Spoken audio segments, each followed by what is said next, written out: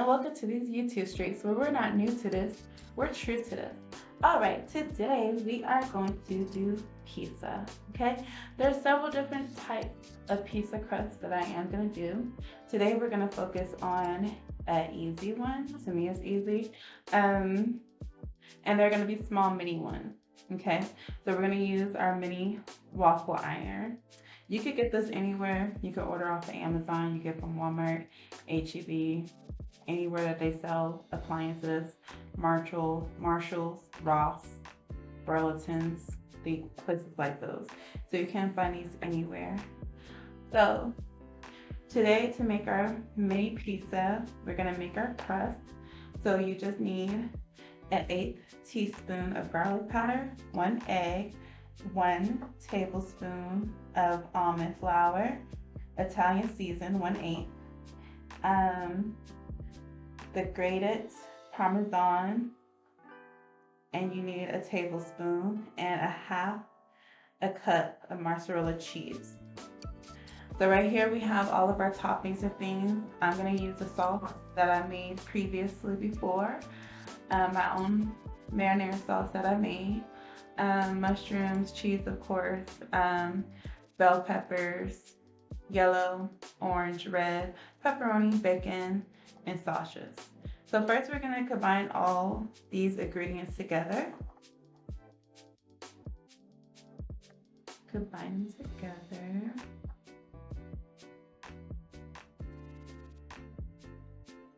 Like that. First I'm going to combine these together. So my seasoning. And I'm going to put this in, the almond flour in. I'm going to stir it a little bit. And then last but not least, I'm going to add my egg.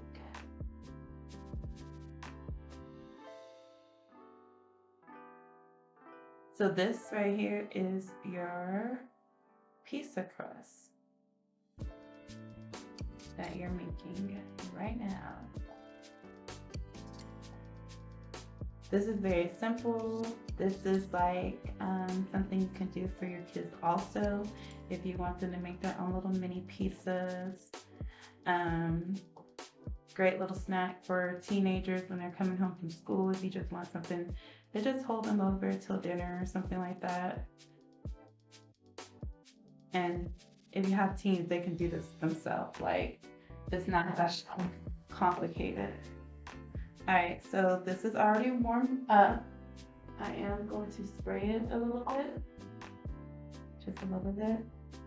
I'm going to spray my baking pan also. So when I put my toppings on and everything, I'm going to put it in the oven for a little bit.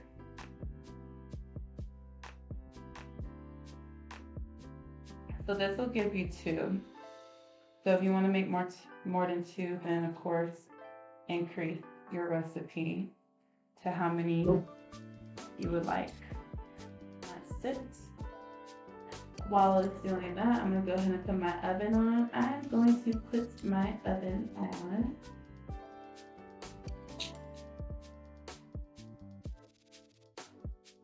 I'm going to put it on 400 because I just want to melt the things on top of my pizza. So I don't have to cook. I already cooked all my vegetables and everything down like I needed. Of course, I cooked the meats and things. This is just bacon bits I just bought already prepared. If you don't have bacon bits and you have bacon, you can also make your bacon and crumble it up. So right now the light is on, so it's still, doing what it needs to do. And when the lights go off, then that means it's done. So we're just waiting on that. You can also, if you want to, you could just put your bacon bits in there. You don't have to, but if you want to just put, because they're so small, so they will blend in there. You can do that. You can also put some of your peppers in there and blend it in there. So that way your topping, when you put your topping on, it's not as heavy for the is done, or you can make it a little bit darker than that if you like.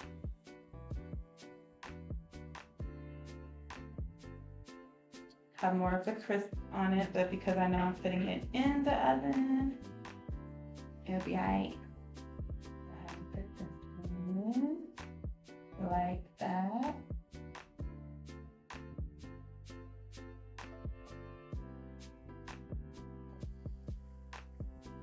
Get that last bit out a bit. Alright. Put it back down, press it down some so it could spread out. Just gonna take a measuring tool. Start your pizza. You can layer it however you like, however you desire to layer it. It is up to you. I'm of course gonna use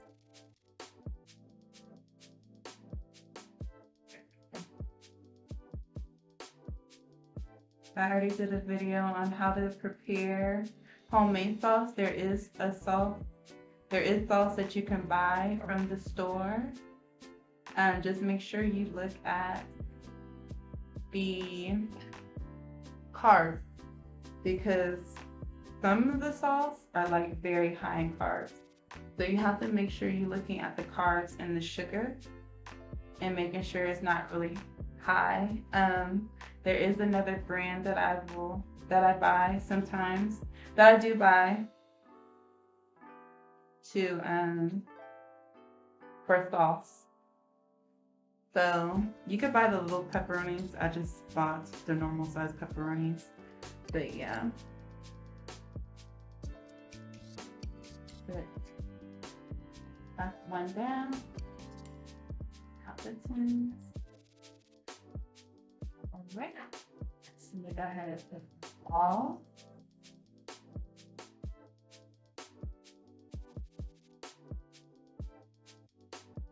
This one's a little heavier because I put all the vegetables in there.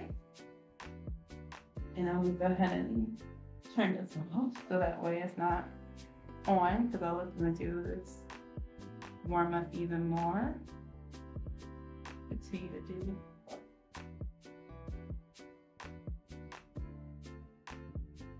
So yeah, just however you want. I will add that sauce, that if you don't want to make homemade sauce, you just have something quick and easy. You know what brand that I usually get. But you probably can find other brands in the store that's low in carb also. It don't have to necessarily be that brand. That brand is on a little bit of the expensive side. So yeah, I think that's good enough. So yeah. So we're gonna put these in the oven for a little bit. Like I said, it's on 400.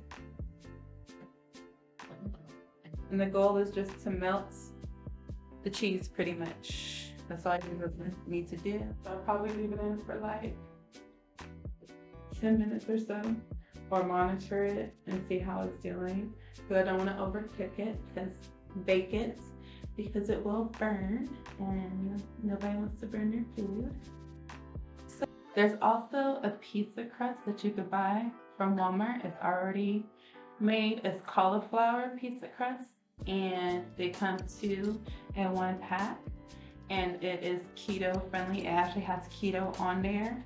And they also sell a different brand of cauliflower crust, which is not keto friendly. So the reason why that one is not keto friendly, and I will make sure I give you the information on the one to buy, is because it's very high in carbs. So just because it says cauliflower, don't mean it's keto friendly. You still have to look at the carbs on the back of it, because a lot of times they do cauliflower crust for people who have an issue with gluten.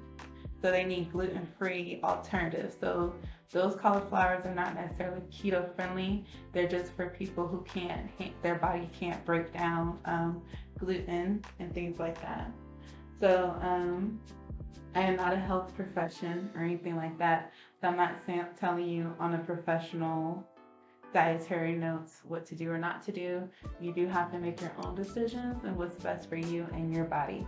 So some people might not be able to have cauliflower, so you can use almond flour. Some people are allergic to nuts, so they're not going to be able to use almond flour.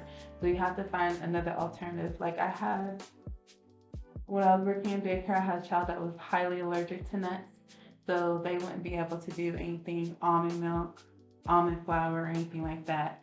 So just pay attention. So yes, I use almond flour in a lot of my recipes. There is other flours, alternative flours that you can use that are not almond flour, that doesn't have nuts in it. Consult a health profession when it comes to your dietary needs.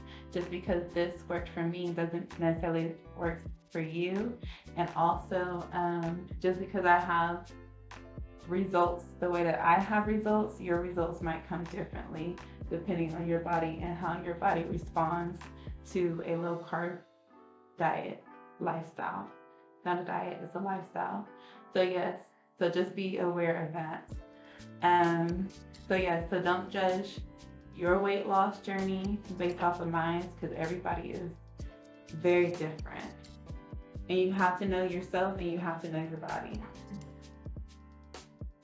It is melted, but I'm gonna leave it in a little bit longer, just because I like it to be brown a little bit on top to make me feel like I did something. But this is a nice little quick little situation, like if you're wanting pizza or something like that and you want something quick that you don't have to go through a long process to do, you can, do this. Also Marco's Pizza, they have a pizza bowl where it doesn't have crust and you just have your toppings. And I do that sometimes also, like if I want pizza, like when I was at work or something like that, and I didn't have all the resources to do it. So I would a lot of times pre-order my pizza from Marco Pizza, get the pizza bowl, put all my veggies and things in there, and then go pick it up. I also have wings that don't have any flour or anything to cut on it. Here we go.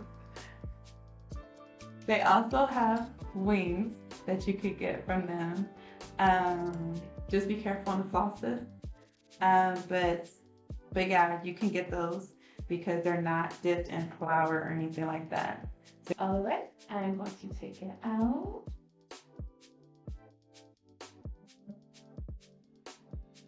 So this is my pizza. Now we'll look at the top side.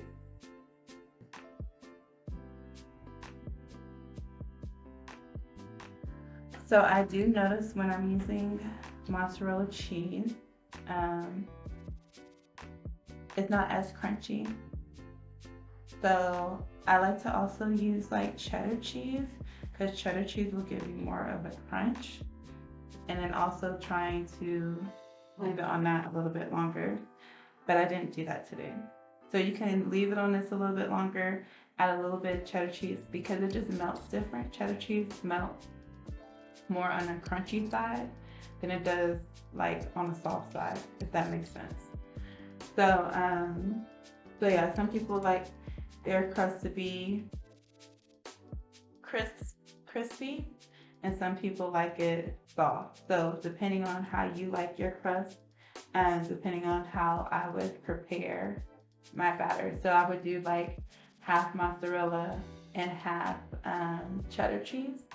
Like I said, cheddar cheese will give you more of a crisp texture versus a soft texture. So just to let you know, you can modify the cheese in here, or if you have a favorite cheese that you want to use instead. That is it. You made 2 personal size pizza, and I hope you enjoy. I hope you try it, play with it to see how you like it, and also always try to add seasoning to your mix, even whatever chaffles you do, cheese waffle chaffles, okay, you use. If it doesn't say seasoning, try to put some seasoning in it, because whatever you season it with is going to absorb, because Mozzarella cheese don't taste like anything. Like it just doesn't have like a flavor or anything to it, to me. So I usually try to use some type of seasoning in my Chaffles recipe if it doesn't call for some type of seasoning in it. So just keep that in mind. So seasoning is important because it'll change the whole experience of the chaffle. Because you'll be like, yeah, I don't like the way that tastes. Well, then change the flavor, change the seasoning to change the flavor. All right, I hope you enjoy. I hope you're able to try it and see how you like it. And I will see you next time.